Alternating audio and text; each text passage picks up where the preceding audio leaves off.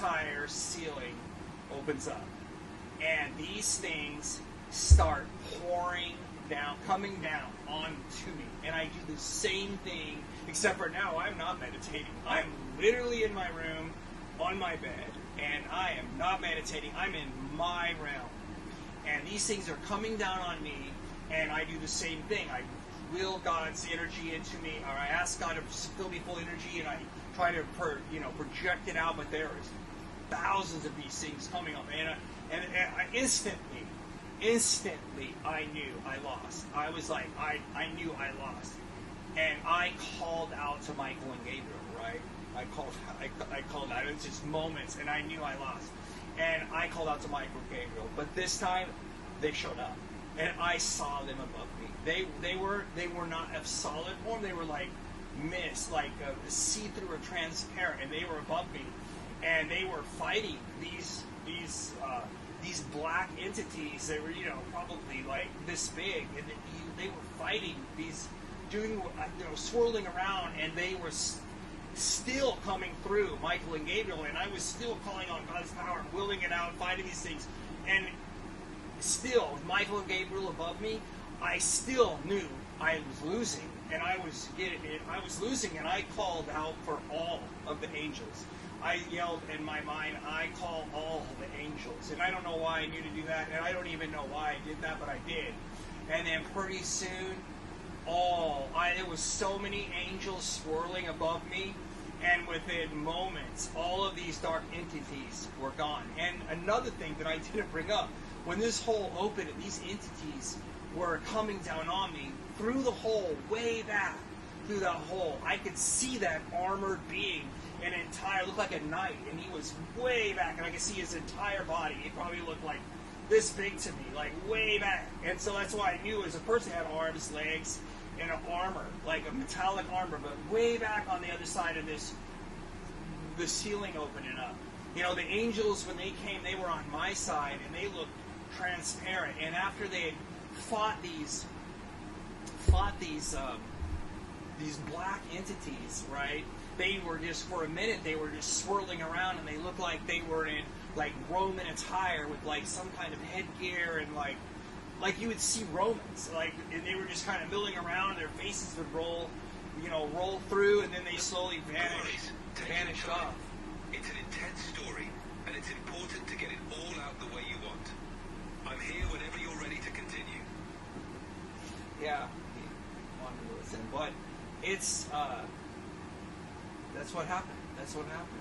And I got up, so this happened to me, and I instantly, after these angels, for just a moment, I watched them, and then they kind of dissipated, and then I got out of bed, and I walked through the kitchen to my bar, where her sister and her niece was sitting, talking, and I was like, look at me, and I was jacked up. I had like big welts on my forehead. It was swollen, my lips, and that's another thing. When I was laying in bed, I could feel my lips swelling up, and my lips were swollen. I had welts all over my face. I had all these hives all over me, and I'm standing there all jacked up, and I'm like, look.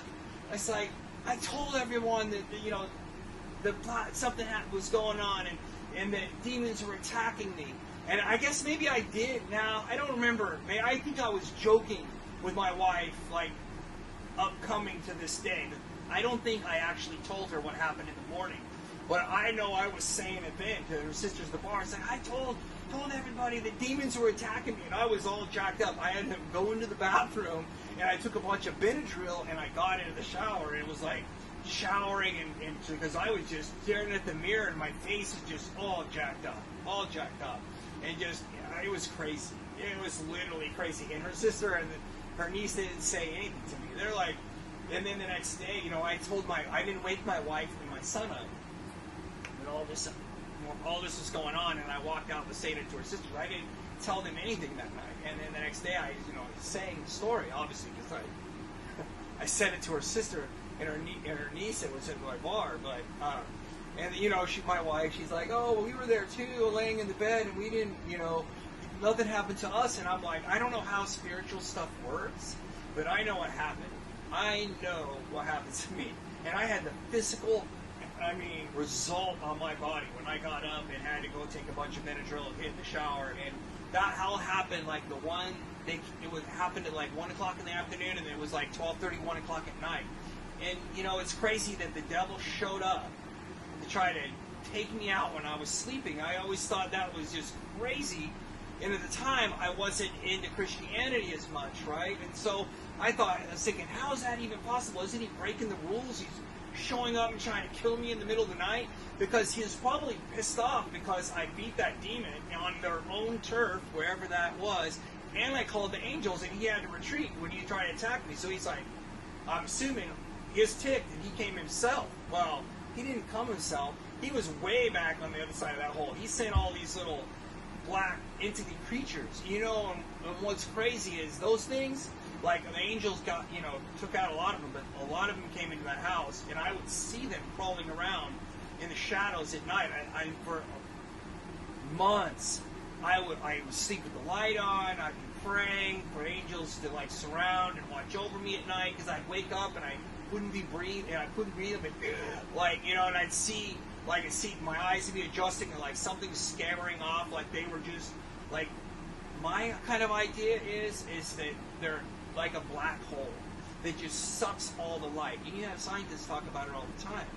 Black holes just suck out the energy and the light out of something, and that's what I think these things do. They suck out your energy. They're just absolute darkness. It just absorbs the light, and they're not scared of angels, because Michael and Gabriel showed up, and they still kept coming through that hole.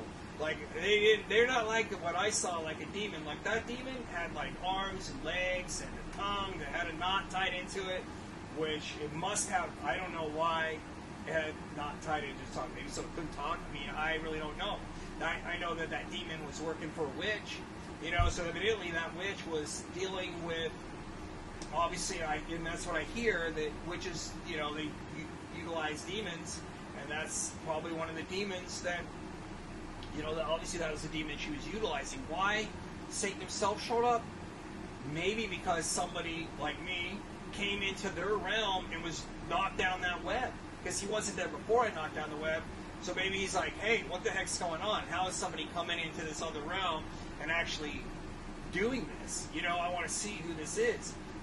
That's my theory, why he showed up, because I don't know why I'm so important. The devil shows up and tries to kill me, and that demon, I'm sure, was ticked off, man. He had no idea that I could come in there to actually see him, but that's, that kind of thing, and I'm going to get into another video, all the details, and what I've thought about, what I observed, things being solid, or just different kinds of things. I want to make a video just on the observations that I made compared to Christianity. Hey, I observed these particular set of events, details, the demon, what it looked like, the devil, what he looked like, the astrology, those kind of things. Because it's important, because they're real events that help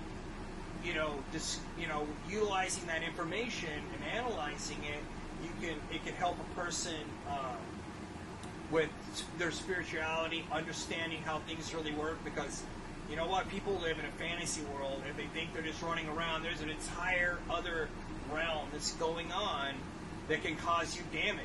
And they, even though the demon, he knew that he could no longer do that sneaky whatever he was doing with that web, which I'm assuming, the way I felt like I was dying, had something to do with my energy and drawing my energy out and just blocking me, and it was just sucking the life out of me, literally.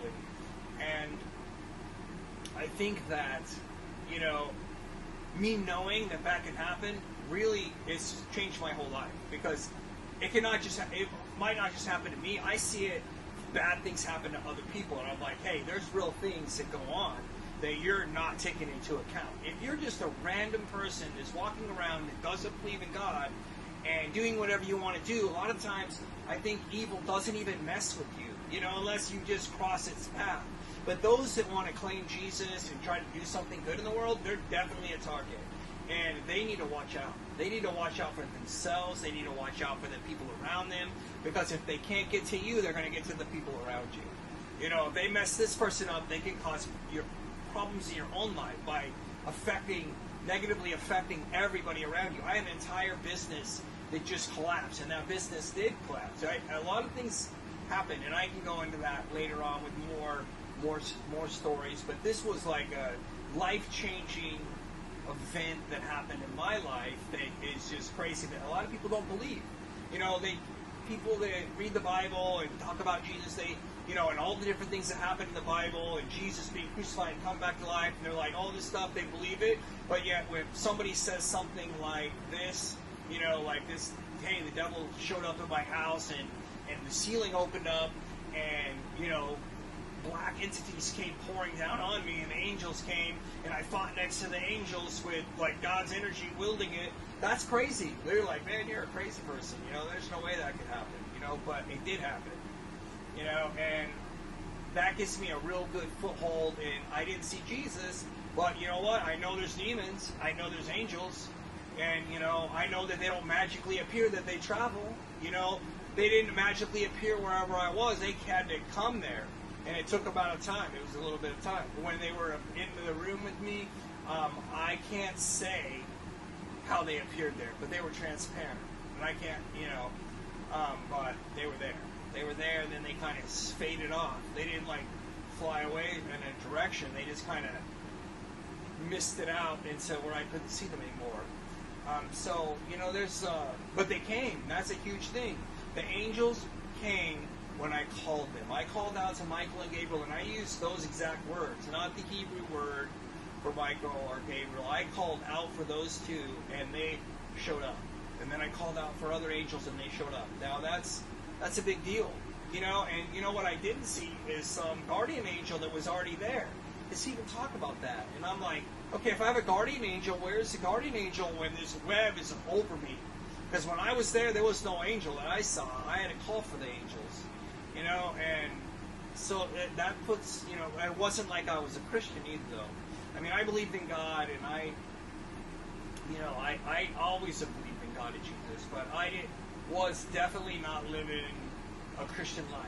I was doing whatever I wanted to do, and I was not living a Christian life. But I still was able to call on the angels, and they still came. I'd only been baptized a Mormon at that point, and I got baptized a few years later, probably. I was against baptism. I was against church then. I thought Christians were basically going to hell, at that time frame. Bad was happening to me, And